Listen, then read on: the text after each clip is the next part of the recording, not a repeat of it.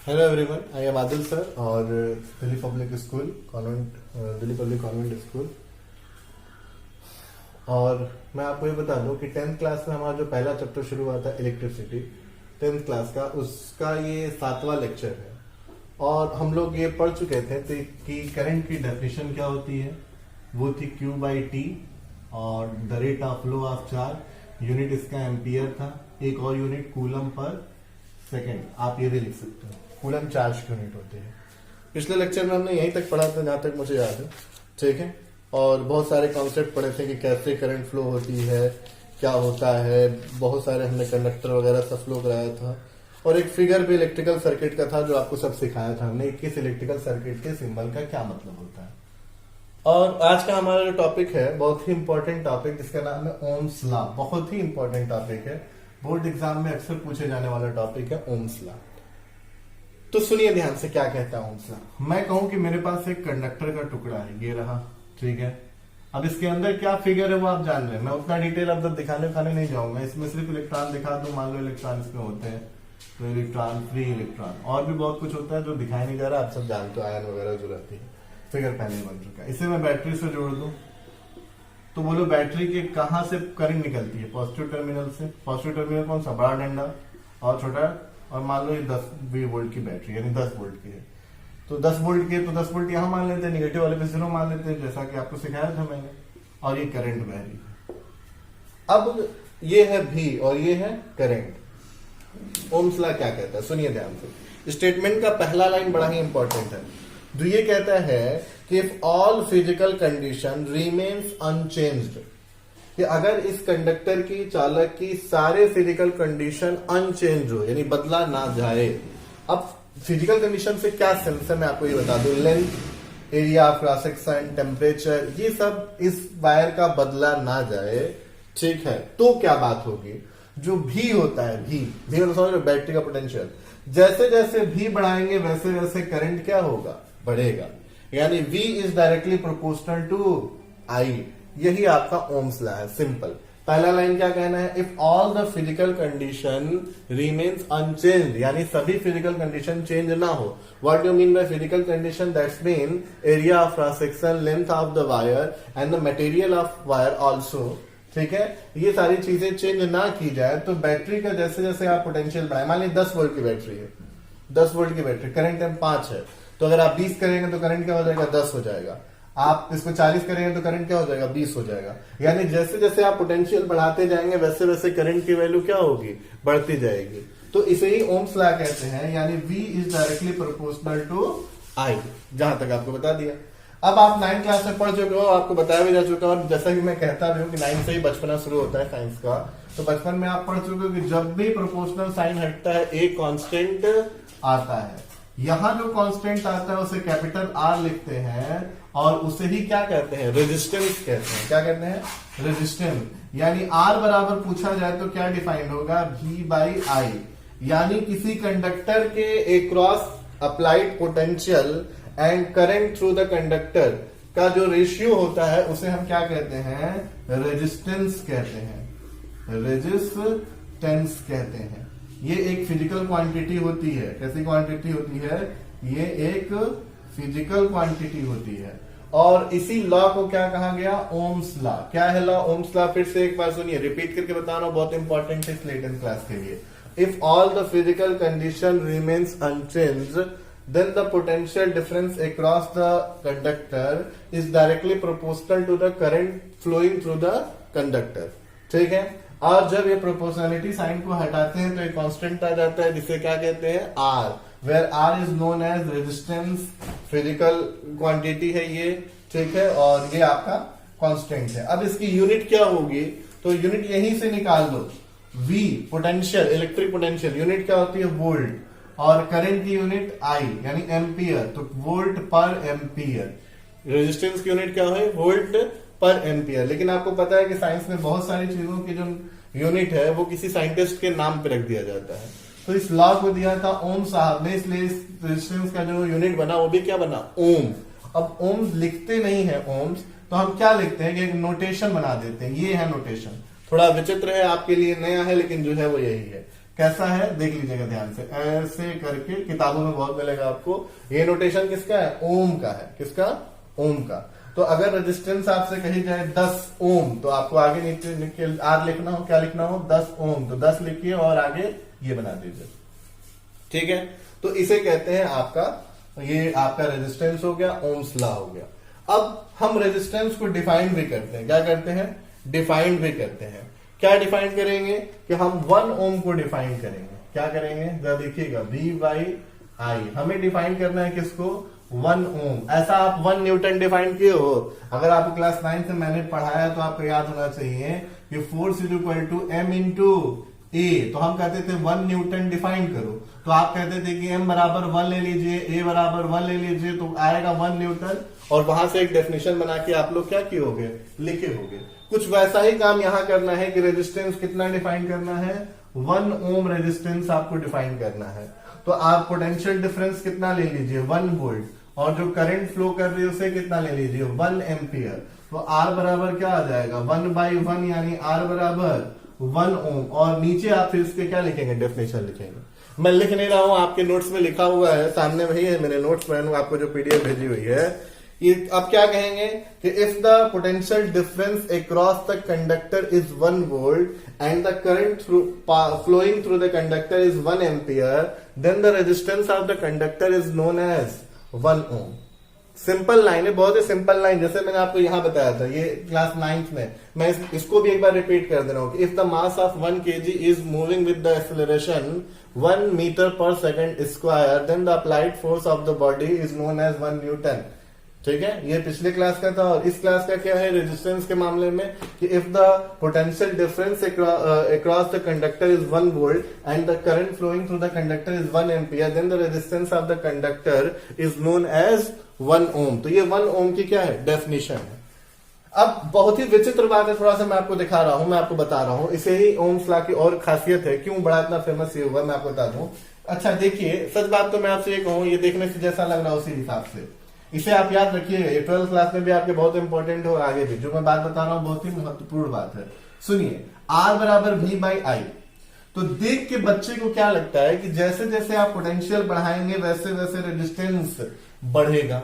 भाई साहब V ऊपर है, तो जो लगता है पहले मैं उसकी बात कर रहा हूं। जैसे जैसे आप पोटेंशियल बढ़ाएंगे वैसे वैसे R बढ़ेगा, जैसे जैसे आप करंट बढ़ाएंगे वैसे वैसे R घटेगा। लेकिन याद रहे ये सब फालतू की सोच है। क्या है? फालतू की सोच। R ना तो V पे डिपेंड करता है और ना I पे डिपेंड करता है। R is the property of material, और जो डिपेंड करता है उसके फिजिकल कंडीशन पे। किस पे डिपेंड करता है? उसके फिजिकल कंडीशन पे। What do you mean by physical condition? Length, area of cross section, nature of the material and temperature. इन्हीं 4 बातों पर रेजिस्टेंस डिपेंड करता है, जिससे आपका अगला टॉपिक भी बनेगा। लेकिन मैं उसकी बात नहीं कर रहा, मैं फिलहाल अभी समझा रहा हूं कि आप अपने दिमाग में बैठा ले, R जो है V और I पर डिपेंड नहीं करता। इसका मैं आपको एक एग्जांपल दिखा रहा हूं मैथमेटिकली। क्या दिखा रहा हूं? मैथमेटिकली मैं आपको एक एग्जांपल दिखा रहा हूं। देखिए सर, ये तो 1 ओम डिफाइंड हो गया, आप वापिस से लिख लोगे, आपको समझा भी दिया गया। मैं आपको एक मैथमेटिकली यहां दिखा रहा हूं। देखिए एक चार्ट के थ्रू, क्या देखिए, एक चार्ट के थ्रू। आपके कॉपी में भी एक चार्ट बना होगा, मैं लिखा हूं वहीं से, तो वैसा वहां से लिखिए, चाहे जैसे जहां से एक चार्ट देखिए। मैं बोलूं कि आपका जो पोटेंशियल है, मैं बोलूं कि आपका जो पोटेंशियल है, मान लीजिए यही जो कंडक्टर है, इसी सारे के लिए बात मान लीजिए। तो घबराना नहीं, कभी आई मैं छोटा लिख देता हूं, कभी बड़ा लिख देता हूं, सेम मतलब है, कोई दिक्कत नहीं है। ठीक है, मैं बोलूं कि ये 10 वोल्ट कितना, और ये 5 एम्पियर। ये वोल्ट में है और ये किस में है? एम्पियर में है। तो ये किस में आ जाएगा? ओम में। चलिए, तो आपको रेजिस्टेंस क्या बताया? V by I. तो यहां V अपान आई यानी 10/5 करोगे, रेजिस्टेंस कितना आएगा? 2 ओम। अब मैं रियल लाइफ की बात बता रहा हूं और आप इसे लैब में करोगे भी। एक्चुअली आप लैब में जाओगे तो ये काम करोगे भी कि जब आप पोटेंशियल बढ़ा दोगे, क्या करोगे? पोटेंशियल बढ़ा दोगे। लेट अस सपोज कि पोटेंशियल कर दिया 20, तो आप देखोगे कि अपने आप करंट हो जाएगा 10। कितना हो जाएगा? 10। और फिर रेशियो निकाल दो, देख लो कितना आएगा? 2। तो अगर आप सोचोगे कि मैं अपने आप बढ़ा दूं तो इस हिसाब से वो क्या हो जाएगा? एडजस्ट हो जाएगा। तुम सोचोगे कि मैं पोटेंशियल कर दूं 30, तो देखोगे करंट अपने आप हो जाएगा 15 और रेजिस्टेंस आएगा क्या? 2। यानी जो ये R है वो V और I पर डिपेंड नहीं करता है। V बढ़ाओगे तो अपने आप I बढ़ के ऐसा हो जाएगा कि वो डिपेंड करे। वैसे ही घटाने पर भी है, अगर आप पोटेंशियल को 5 बनाओगे तो करंट हो जाएगा 2.5, ताकि डिवाइड करें तो कितना आ जाए, 2 आ जाए। इसका एक ग्राफ भी बनाया जा सकता है। क्लास 9th में आपको ग्राफ सिखाया गया था, इसीलिए ग्राफ बताया गया था कि फिजिक्स में किसी भी चैप्टर में कहीं पे भी ग्राफ अचानक से आ जा सकता है। ठीक है, ग्राफ क्या होते हैं सब याद हो, दो फिजिकल क्वांटिटी एक दूसरे से रिलेटेड हो तो उनके बीच ग्राफ खींचा जा सकता है। आपको नीचे वहां ग्राफ भी दिया होगा। लेट अस सपोज कि मैं कहूं कि ये आई है और ये क्या है, वी है। यूनिट के बगैर बात नहीं होती, तो ये वोल्ट है और ये एम्पियर है। जब आपका 5 एम्पियर है करंट, तो वोल्टेज कितना है, बोलिए 10। फिर जब आपका करंट 10 एम्पियर है तो वोल्टेज कितना है, 20। फिर आपका जब करंट 15 है तो ये कितना है, 30। 15, 10, 5 दिख रहा है। अब आप इसे ऐसे मिला दीजिए, क्या कर दीजिए, मिला दीजिए, तो ये जो है एक ग्राफ बनेगा V और I के बीच का। अब मैं आपको इंटरेस्टिंग बात जो बताने वाला था, इतना मेहनत मैं क्यों कर रहा था, वो फाइनली आपको अब बता रहा हूं, जिसका मैं आपको बता दूं कि 9th क्लास में आपको इसीलिए सिखाया गया था। 9th क्लास में किसी भी ग्राफ का स्लोप सिखाया गया होगा। स्लोप याद आ रहा है आपको? स्लोप किसे कहते हैं? क्या जो ये ग्राफ एक्स एक्सिस के साथ थीटा बनाता है उसे कहते हैं? नहीं, थीटा को नहीं। जो एक्स एक्सिस के साथ थीटा बनाता है उसके tan थीटा को क्या कहते हैं, स्लोप कहते हैं। और tan थीटा कैसे निकलता है, ट्रायंगल बना के, अगर आप याद हो तो थोड़ा सा 9th के आपको नोट्स निकाल के देखनी पड़ेगी भाई साहब। अगर मैं यहां से एक बड़ा सा ट्रायंगल मार लूं तो परपेंडिकुलर अपॉन बेस क्या होता है, tan थीटा होता है। तो tan थीटा आप निकालेंगे तो वो उस ग्राफ का क्या कहलाएगा, स्लोप कहलाएगा। ठीक है, स्लोप कहलाएगा उस ग्राफ का आपको। अब स्लोप से क्या मिलता है, ये एक सवाल है जो आपको 9th क्लास में से मैं रटाता आ रहा हूं कि स्लोप का मतलब y एक्सिस फिजिकल क्वांटिटी अपान x एक्सिस फिजिकल क्वांटिटी। क्या बोलता हूं मैं स्लोप का मतलब, मैं बोलता हूं y एक्सिस फिजिकल क्वांटिटी अपान x एक्सिस फिजिकल क्वांटिटी। तो y एक्सिस पे जो फिजिकल क्वांटिटी है वो क्या है, वोल्ट है, और जो x एक्सिस पे फिजिकल क्वांटिटी वो क्या है, करंट है। तो आपको सोचना है कि हमें जो ये ग्राफ का स्लोप देगा वो क्या देगा, v बाई आई देगा। तो अब आपको ये दिमाग लगाना, अक्ल लगानी है कि v बाई आई कुछ होता है क्या, v बाई आई, अभी तो आप पढ़ रहे हो, v बाई आई क्या होता है, रेजिस्टेंस होता है। यानी अगर v और i में ग्राफ दिया हो और उसका स्लोप निकाल दिया जाए तो हमें क्या मिल जाएगा, बोलिए, हमें रेजिस्टेंस मिल जाएगा। क्या मिल जाएगा, रेजिस्टेंस मिल जाएगा। तो ये एक बड़ा ही इंपॉर्टेंट बात है, इसीलिए बोर्ड एग्जाम में क्वेश्चन आते हैं स्लोप से रिलेटेड। मैं आपको पहले ही बता दे रहा हूं जो पूरी बातें बताई एक बार फिर बता रहा हूं और फिर एक बार स्लोप दिखा दे रहा हूं। सबसे पहले क्या बता रहा हूं, मैंने आपको ओम्स लॉ बताया कि अगर कंडक्टर की फिजिकल कंडीशन अनचेंज रहे, फिजिकल कंडीशन बार बार बोल रहा हूं, length of the conductor, area of cross section, जो आपका वायर का एरिया है, ये जो इसे एरिया ऑफ क्रॉस सेक्शन कहते हैं, ये ठीक है। तो एरिया ऑफ क्रॉस सेक्शन, ये सब अगर आप चेंज नहीं करते हो तो उसके क्रॉस जो पोटेंशियल लगाते हो वो करंट के डायरेक्टली प्रोपोर्शनल होता है। जब भी प्रोपोर्शनलिटी साइन हटता है, कांस्टेंट आता है, जिसे आर को क्या बोलते हैं, रेजिस्टेंस ऑफ द कंडक्टर बोलते हैं। और रेजिस्टेंस ऑफ द कंडक्टर एक फिजिकल क्वांटिटी है जिसकी यूनिट होती है ओम। ठीक है, स्केलर क्वांटिटी, ये भी जान लेना, फिजिकल तो दो तरह की होती है, स्केलर और वेक्टर। तो स्केलर है।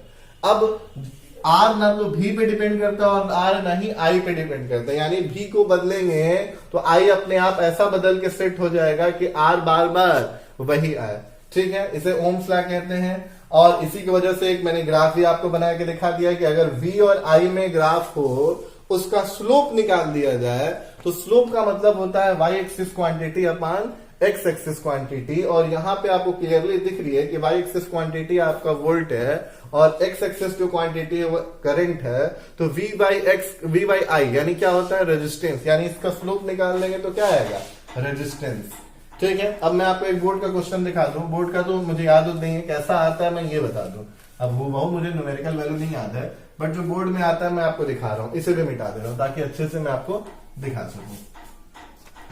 देखिए ध्यान से, आपसे बोर्ड एग्जाम में क्या करेगा, एक क्वेश्चन दे देगा आपको, यहाँ पे करंट लिख देगा, यहाँ पर लिख देगा करंट आपको 5 एम्पियर और ये लिख देगा क्या 20। यहां लिख देगा आपको करंट आपको 10 एम्पियर और यहां लिख देगा आपको 40। यहां आपको लिख देगा वो मान लीजिए 20 और यहां लिख देगा आपको पोटेंशियल कितना 80। ठीक है, तो ये कहेगा ये पोटेंशियल है, क्या है, पोटेंशियल है, और इसे कहेगा क्या है, करंट है। बिना यूनिट की तो बात होती नहीं, तो ये एम्पियर में ले लिया और ये किस में ले लिया, वोल्ट में। अगर ये मिली एम्पियर ले होता तो मैं मिली एम्पियर ले लेते, ठीक है। तो ये आपको एक ग्राफ दे दिया बोर्ड एग्जाम में। लेट अस सपोज आपके सामने बोर्ड एग्जाम का ही क्वेश्चन है कि आपकी वाई एक्सिस क्या है, वोल्ट है, और एक्स एक्सिस क्या है, करंट है। अब आपसे सवाल ये पूछेगा, इस ग्राफ को देखकर रेजिस्टेंस बताना है। क्या बताना है, रेजिस्टेंस। आप चाहो तो आप मेरे वीडियो को पॉज करो और कॉपी किताब निकाल के बैठो और सोचो कि क्या होगा, निकाल के देखो। मैं तो अभी निकालूंगा, ठीक है। तो पॉज करके 2 मिनट देख के निकालो, तुमसे निकल पा रहा है। स्लोप ही तो निकालना है, क्या करना है, स्लोप निकालना है।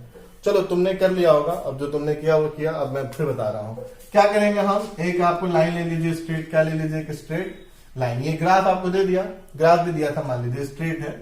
अगर मेरा स्ट्रेट दिख नहीं रहा है तो भी स्ट्रेट ही, ठीक है।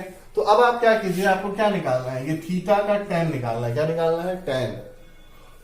अगर 9th में सवाल लगाए होंगे अच्छे से तो समझ में आएगा बड़े अच्छे से। आप क्या कर लो, यहां से एक अपने मन से एक और लाइन मान लो।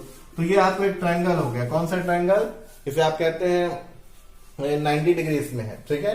तो अगर ये 90 डिग्री वाला ट्रायंगल आपका बन गया तो इसमें क्या होता है, tan थीटा, याद है जिसे आप स्लोप कह रहे हैं, स्लोप। लेकिन आपसे मैंने कहा था कि आपके साइंस में tan थीटा नहीं लिखा जाता, उसे डायरेक्ट क्या लिखा जाता, स्लोप। होता वो tan थीटा ही है, लेकिन लिखा क्या जाता है, स्लोप। तो y एक्सिस अब tan थीटा में, यानी ये परपेंडिकुलर हो गया और ये बेस हो गया, ये तो हाइपोटेनस है। तो tan थीटा होता है परपेंडिकुलर अपॉन बेस। तो परपेंडिकुलर कितना हो गया, अब आप बताइए इसकी लेंथ कितनी है, यानी यहां से लेकर यहां तक, यानी कितना है 80, और बेस कितना है आपका, तो यहां से लेकर 20 तक, यानी कितना 20, और इसे क्रॉस करेंगे कितना आ जाएगा 4। कितना आएगा 4। और स्लोप क्या देगा, इस सिस्टम, इस ग्राफ का स्लोप क्या देगा, रेजिस्टेंस, यानी स्लोप कितना आया 4 ओम। कितना आया 4 ओम। तो बोर्ड एग्जाम में अक्सर ऐसे सवाल आते हैं, अक्सर। एक लाइन और बहुत ही इंपॉर्टेंट सुन लो, कभी कभी बोर्ड एग्जाम में आपको कंफ्यूज करने के लिए, डिस्टर्ब करने के लिए आई यहां दे देता है, भी यहां दे देता है। मजेदार बात है, सुनना, मैं करा नहीं रहा हूं, बस आपको बोल दे रहा हूं, कभी आप करना देख लेना। आई यहां, भी यहां, तो सोचो तब जो स्लोप निकालोगे वो क्या आएगा, तब जो स्लोप निकालोगे वो भी बाई आई ना आकर क्या आएगा, आई बाई भी, यानी वो जो वैल्यू है वो आर ना आकर क्या आएगी, बोलो ध्यान से, 1/r आएगी। तो क्या दिक्कत है यार, 1/r करके फिर हम आर निकाल लेंगे, क्या दिक्कत है, अगर 1/r पता है तो आर नहीं निकाल लेंगे, ठीक है। तो कभी कदार वो एक टफ क्वेश्चन बन जाता है, कहा जाता है कि आप सिंपली 10th क्लास के बच्चों को सिंपल क्वेश्चन दीजिए, यहाँ वोल्टेज यहाँ करंट रखिए, ताकि स्लोप निकाले तो V बाई आई आए, जो कि रेजिस्टेंस होता है। कभी कभी उन्हें क्वेश्चन को घुमाने का मन किया तो यहाँ आई दे देंगे और यहाँ भी दे देंगे, और तब जो आप स्लोप निकालोगे वो V बाई आई बाई भी निकलेगा। क्या निकलेगा, यहां से देख लो, तब क्या निकलेगा, आई बाई भी निकलेगा। और आई बाई भी का मतलब उसे आर ना लिखो, अब क्या लिखो, 1/r। तो अगर आई बाई भी आपको 50 मिल गया, चाहे जो भी मिल गया, तो वहां से आप यार आर नहीं निकालोगे, सिंपल सी तो बात है, वहां से आप निकाल लोगे। तो थोड़ा सा क्वेश्चन को घुमाने का तरीका है। तो ये तो रहा आज का टॉपिक हमारा, ओम्स लॉ। जितना बताना है इतना ही बताना है, इसके आगे अभी आपको आज नहीं बताया जाएगा, इसके आगे बाद में बताया जाएगा। फिलहाल मैं आपको एक सवाल का जवाब देना चाहता हूं। दरअसल बहुत अच्छी बात है कि सारे बच्चे पढ़ रहे हैं, कुछ बहुत सारे सवाल भी आ रहे हैं, बहुत लोग पूछ भी रहे हैं, उनके जवाब भी क्लियर हो रहे हैं। तो एक सवाल मेरे पास आया है, मैं उसका जवाब दे दूं, बहुत ज्यादा मैं उसकी गहराई में नहीं जाऊंगा। मैं कहूंगा कि एक सवाल आया था मेरे पास कि मैंने इलेक्ट्रिक पोटेंशियल के बारे में बताया था, तो मैंने बोला था एक पॉजिटिव चार्ज ले लो, उसका ये फील्ड है, उसमें पॉइंट P ले लो जो इससे r दूरी पर है या कितनी भी दूरी पे है, इन्फिनिटी से यूनिट पॉजिटिव चार्ज आप लाएंगे, यूनिट पॉजिटिव चार्ज, तो यहां तक लाने में जो वर्क डन होगा उसे ही हम क्या कहेंगे, इस पॉइंट का इलेक्ट्रिक पोटेंशियल कहेंगे। अब उस बंदे का या बंदी का सवाल क्या था, उसका सवाल यह था कि सर आपने यूनिट टेस्ट चार्ज को पॉजिटिव ही क्यों ला रहे हैं, निगेटिव क्यों नहीं ला रहे हैं। पहली बात उसका सवाल यह था कि क्या ये पॉजिटिव पे ही सब कुछ होता है, नेगेटिव पे नहीं होता। तो वो सारी बातें समझाने के लिए मैंने उसे कुछ देर व्हाट्सएप पे उसे मैंने जवाब दिया, बट उसका जवाब लंबा हो रहा था, तो मैंने कहा था कि नेक्स्ट वीडियो में मैं आपका क्वेश्चन का आंसर लास्ट में दे दूंगा। तो वही बात है कि मैं दे रहा हूं, आप लोग भी समझ जाएंगे। देखिए डेफिनेशन बनाने के लिए इलेक्ट्रिक पोटेंशियल का अब साइंटिस्टों को कोई ना कोई मानना था। देखिए कोई यूनिट, कोई निगेटिव चार्ज लाए, कोई पॉजिटिव लाए, तो अलग अलग डेफिनेशन बनेगा, तो बेवकूफी होगी। ओनली फॉर डेफिनेशन, किसके लिए, केवल डेफिनेशन के लिए ये शर्त है कि आपको ये बोलना पड़ेगा कि ये भी यो पॉजिटिव चार्ज है और जो लेके आ रहे हैं वो क्या है, वो भी पॉजिटिव चार्ज है, वो भी डेफिनेशन के लिए हमको एक डेफिनेशन बताना था, तो हमको एक मानना था चार्ज, तो साइंटिस्टों ने जो मान लिया हमको भी वही मानना पड़ेगा। तो इसमें कोई सवाल नहीं है, इसलिए हम कहेंगे कि यूनिट पॉजिटिव चार्ज को लाने में जो वर्क डन हुआ और उसी को हम क्या लिख देंगे, जो भी आएगा 10 वोल्ट चाहे 20 वोल्ट। ये बात पहले आपको समझा दिया मैंने। दूसरी बात उसका सवाल ये था कि सर अगर हम नेगेटिव चार्ज को लाएंगे तो वर्क डन नहीं करेंगे। उसका जवाब, उसका एक माइंड था, अपने आप में सेटअप था, जो कि एक तरफ से अच्छा भी था। जाहिर सी बात है कि अगर आप नेगेटिव चार्ज को लेकर आएंगे तो वर्क डन आप नहीं करेंगे, क्योंकि वो नेगेटिव को तो पॉजिटिव खुद ही खींचता है, तो खींच लेगा। उसने जो सोचा था वो बात थी, लेकिन रियलिटी क्या है कि अगर नेगेटिव चार्ज को आप लाएंगे तो वर्क डन बाय मी नहीं होगा, लेकिन वर्क डन बाय सिस्टम तो होगा। मैं चार्ज को नहीं ला रहा हूं, बट ये यूनिट चार्ज तो इसे अट्रैक्ट कर रहा है अपनी तरफ, तो जो वर्क डन होगा मेरी तरफ से ना होता हुआ इस पॉजिटिव चार्ज की वजह से होगा। तो जो वर्क डन होता है अब वो डिपेंड करता है कि किसकी एक्रॉस आप किसके रिस्पेक्ट में आप ले रहे हैं। तो अगर मेरी वजह से वर्क डन हुआ तो उसे पॉजिटिव लिखा जाता है, और अगर इसकी वजह से वर्क डन हुआ तो क्या लिखा जाएगा, चार्ज सिस्टम की वजह से नेगेटिव लिखा जाएगा। तो कोई बात नहीं, यहां पे जो इलेक्ट्रिक पोटेंशियल हो जाएगा, अगर वो मेरा 10V आ रहा था तो क्या आ जाएगा, -10V आ जाएगा। क्या आ जाएगा, -10V। तो न्यूमेरिकल वगैरह होगा तो कभी यहां पे नेगेटिव होगा, कभी यहां पे पॉजिटिव होगा, कभी यहां पे पॉजिटिव, कभी वहां पे नेगेटिव, वो सारी चीजें चलेंगे। लेकिन याद रहे कि डेफिनेशन के लिए हमने जो माना है वो आपको भी मानना पड़ेगा, साइंटिस्ट ने माना है, सबने माना है, तो आपको मानना पड़ेगा। और जहां तक आपका सवाल था कि नेगेटिव को लाने पर वर्क डन नहीं होगा, तो जाहिर सी बात है कि वो वर्क डन हम नहीं करेंगे, वो सिस्टम करेगा, और तब जो वर्क डन लिख दिया जाएगा वो क्या लिख दिया जाएगा, नेगेटिव लिख दिया जाएगा।